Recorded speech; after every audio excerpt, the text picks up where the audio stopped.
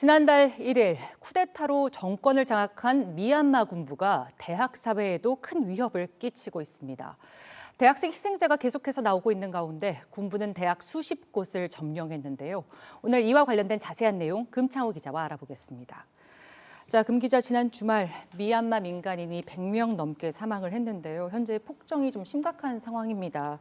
이 가운데 대학생 희생자도 많았다고요. 네, 그렇습니다. 이 최근 미얀마 언론의 집계를 보면요, 민간인 사망자가 410명을 넘겼습니다. 예. 고등교육 전문지 타임스 하이어 에듀케이션에 따르면 이런 사망자에 마칼신 야다나본 대학 학생과 또 칸트 다이어 하인 양곤 의과대학 1학년 등 대학생도 여럿 포함이 돼 있습니다. 이 교수들은 군부에 억류되고 있는데요. 대표적으로 호주 맥쿼리대의 경제학자 션 터널 교수가 구금돼 있습니다.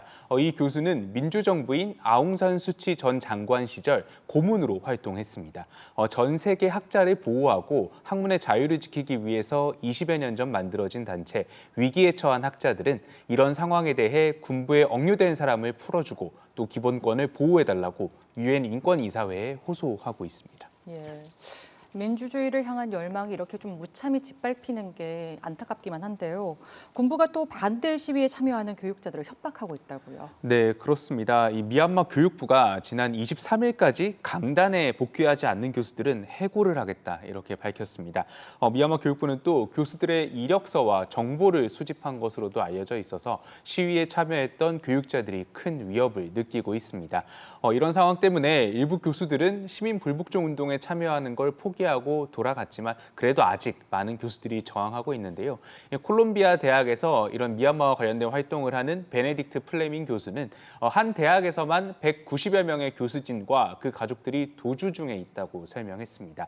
미얀마 군부는 실질적인 점거에도 나섰는데요. 한 구호기관의 보고서에 따르면 지난 19일까지 군부는 대학 캠퍼스 60여 곳을 점령했고요. 또 이들은 점령한 대학과 병원을 군부의 베이스 캠프로 사용을 하고 있습니다. 네. 좀 폭력적인 상황들이 빨리 좀 수습이 되고 하루빨리 미얀마에도 봄이 찾아왔으면 좋겠습니다. 자, 이번엔 미국 소식 한번 살펴볼 텐데요. 최근 애틀랜타주에서 아시아인 여성을 대상으로 한 증오 범죄가 이제 발생하면서 충격이 좀 컸었는데 이번엔 아시아인 학생들을 대상으로 한 범죄가 나왔다고요. 네, 그렇습니다. 워싱턴 포스트의 보도인데요. 이 버지니아주 페어팩스 학군에서 이런 일이 발생했습니다. 예. 이 백인 2명을 포함한 남학생 4명이 10대 아시아계 학생에게 인종차별적 발언과 행동을 한 겁니다.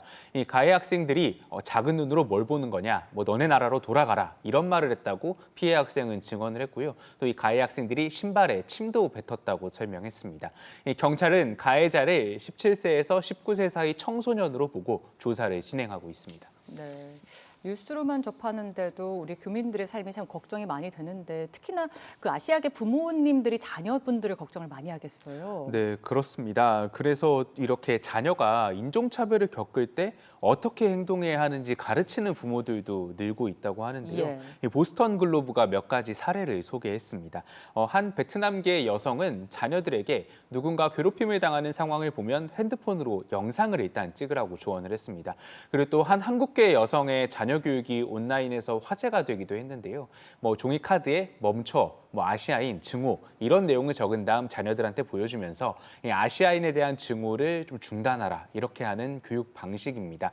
인종차별 상황에 대해서 이렇게 자녀와 이야기하고 적극적으로 대처하라고 하는 건 과거와 다른 교육 방식인데요. 예. 이전 세대는 자녀들에게 문제 상황이 생기면 주로 참으라고 하거나 아니면 피하라고 가르쳤기 때문입니다. 하지만 트럼프 정부부터 아시아 인종에 대한 혐오가 커지면서 이제는 심각한 폭력까지 나오는 상황이죠. 그래서 아시아계 미국인들이 이렇게 자녀에 대한 교육을 계속하고 또 자녀뿐만이 아니라 부모 세대에도 이런 교육을 해야 한다는 주장이 꾸준히 나오고 있습니다. 네, 이런 시대에 맞는 교육뿐만이 아니라 좀 미국 내에서 어떤 증오 범죄에 대한 자성의 목소리가 좀 더 활발해졌으면 좋겠다 이런 생각이 드네요.